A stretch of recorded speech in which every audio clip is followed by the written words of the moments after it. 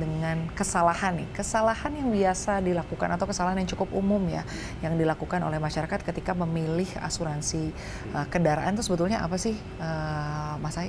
Biasanya kesalahan secara umum yang sering dilakukan konsumen atau nasabah gitu ya dalam membeli asuransi lah tidak membaca polis sih biasanya. Klausul yang ada di dalamnya. Yang di dalamnya gitu ya. Dia beli asal beli aja tapi dia nggak tahu gitu ya apa kira-kira nanti layanan yang diberikan, bagaimana hak dan kewajibannya dan lain sebagainya. Nah ini penting juga buat edukasi buat masyarakat ya.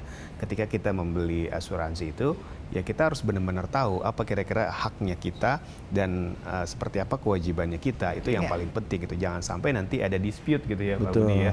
Ketika ada klaim susah atau mungkin nggak bisa cair kan karena kita tidak baca polis mungkin ya ini jadi masalah. Nah ini kan yang seringkali terblow up gitu ya. Nah makanya buat siapapun gitu yang mau beli asuransi ya sebaiknya dibaca dulu aturan mainnya seperti apa, polisnya seperti apa gitu. Jangan hanya percaya dari agennya aja. Jangan hanya langsung tanda tangan ya. Jangan hanya langsung tanda tangan atau hanya mendengarkan penjelasan yang nanti tiba masanya ketika melakukan klaim begitu ya ternyata tidak sesuai, tiba-tiba komplain di media sosial. Padahal sebetulnya tidak, tapi itu sering terjadi Pak begitu ya. Artinya masyarakat tidak memperhatikan nih klausul-klausul yang ada di dalam perjanjiannya. Nah, menurut Awi sendiri kebiasaan kecil yang sering dilupakan Pak pengendara namun sangat berpengaruh pada keselamatan dan juga klaim asuransi sebetulnya seperti apa sih Pak sejauh ini? Tadi disampaikan Mas Ai, saya pikir ya hak dan kewajiban ya. Kalau saya pikir kembali ke behavior semua ya. Semua kendaraan itu kan punya satu standar ya. Cara mengemudi itu semua kan berbeda. Nah itu yang kadang-kadang dilupakan oleh si pengemudi ya. Itu satu. Kedua kan kita lihat pengemudi juga banyak yang tidak memiliki surat izin mengemudi. Itu kan juga salah satu. Itu tidak memperhatikan rambu-rambu lalu lintas ya. Lampu merah saatnya maju gitu ya. Itu kan udah aspek hukum ya. Itu memang kalau seperti itu jelas kita tidak bisa mentolerir dan menjamin dalam polis gitu. Jadi memang kembali lagi hak dan kewajiban itu harus diketahui di awal penutupan. Baik, saya ingin bertanya ke Mas Ai. Mas Ai, ini terkait dengan perkembangan pasar kendaraan listrik di Indonesia. Ini kan sebetulnya dapat mengubah cara seseorang ya untuk bisa merencanakan anggaran proteksi aset jangka panjang. Nah, menurut Mas Ai ini sebetulnya seperti apa sih baiknya? Iya, jangan kita lihat kan beberapa tahun terakhir ini penjualan kendaraan listrik itu semakin masif gitu ya, bahkan di kota-kota besar, apalagi di Jakarta gitu ya, banyak sekali mungkin peredaran kendaraan listrik dan kenaikannya juga sangat signifikan gitu ya.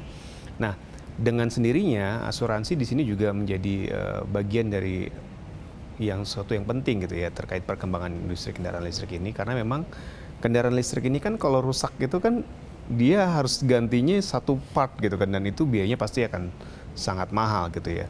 Terbayang kalau kita misalkan tidak punya asuransi kendaraannya gitu ya, tentu kita harus mengeluarkan uang yang cukup besar. Kita ambil contoh baterainya aja, mungkin harganya bisa setengahnya harga mobil itu sendiri gitu ya, ketika memang terjadi kerusakan. Tapi kalau kita memiliki asuransi, tentunya ini akan menjadi jauh lebih nyaman gitu ya menggunakannya gitu. Dan apalagi kalau misalkan kita mau ada penggunaan untuk jangka panjang seperti itu. Jadi harusnya dengan semakin berkembangnya industri kendaraan listrik, baik dari sisi penjualan maupun dari sisi pemakaiannya, dengan sendirinya asuransinya juga untuk kendaraan listrik harusnya akan semakin bertumbuh gitu.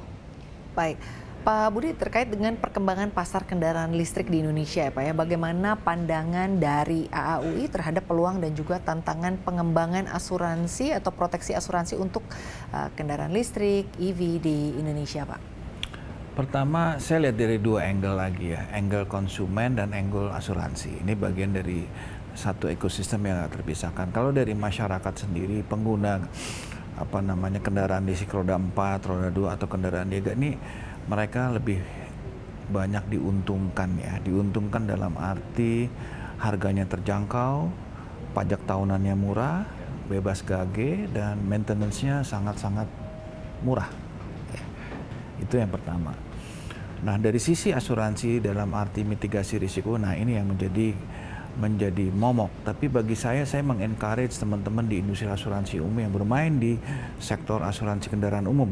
Ya, tadi saya sudah sampaikan salah satunya bahwa tadi Pak Mas Ai juga ada sampaikan apakah kalau kerusakan itu harus diganti full baterainya. Nah, ini yang saya melihat dan belajar juga dari negara-negara pengguna pengguna kendaraan listrik, China dan negara-negara Eropa, negara ASEAN lainnya.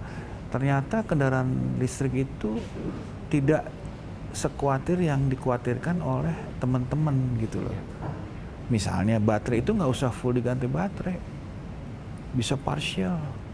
Nah, ini yang menjadi PR juga. Spare partnya ada ketakutan bahwa spare partnya lebih mahal. Saya pikir relatif kalau itu ya, semuanya relatif. Nah, tinggal memang sekarang yang saya sampaikan di awal juga, ini memang kesalahan di awal dari pemerintah juga waktu membuka keran kendaraan listrik masuk ke Indonesia. Memang diberikan kebebasan pajak biaya masuknya dengan yang sangat rendah dan juga kemudahan-kemudahan yang diperoleh oleh si importir, tapi tidak diiringi dengan infrastrukturnya itu. Jadi saya pikir ini menjadi tantangan, dan kebetulan asuransi kendaraan bermotor kan tarifnya diatur oleh regulator. Saya pikir regulator juga cukup wise karena kita juga sudah memberikan masukan. Nah, kalau tingkat mitigasi risikonya bagi kami sih kita siap aja ya. Karena kalau lihat keluhan dari teman-teman industri asuransi, preminya nggak cukup bro, cukup begini. Oke. Saya katakan asuransi kendaraan bermotor, suku preminya itu ada batas atas. Kenapa nggak gunakan yang batas atas? Tingkat risikonya sendiri juga sama.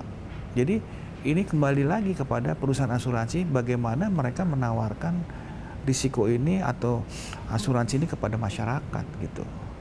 Jadi kembali lagi ini perlu satu proses gitu loh. Jadi serta-merta kalau dilihat risikonya, saya sih berpandangan dengan kendaraan kalau harusnya sama. Tinggal behaviornya daripada pengguna daripada kendaraan listrik. Saya ambil contoh, saya tiap hari pengguna dengan taksi online, Grab, Xgreen. Setiap hari saya tanya sama drivernya, Pak, ini mobilnya BYD keren ya, listrik, baru lagi ya, wangi-wangi. Udah berapa lama? 6 bulan, ada yang setahun. Saya tanya, di Grab ini mostly kecelakaannya setahun atau 1 hari atau 1 bulan berapa? Kecil Pak, less dari 5%. Di Finvest juga begitu. Kan berarti ini behavior pengemudinya menentukan bagaimana kendaraan ini bisa dijalankan dengan safe gitu.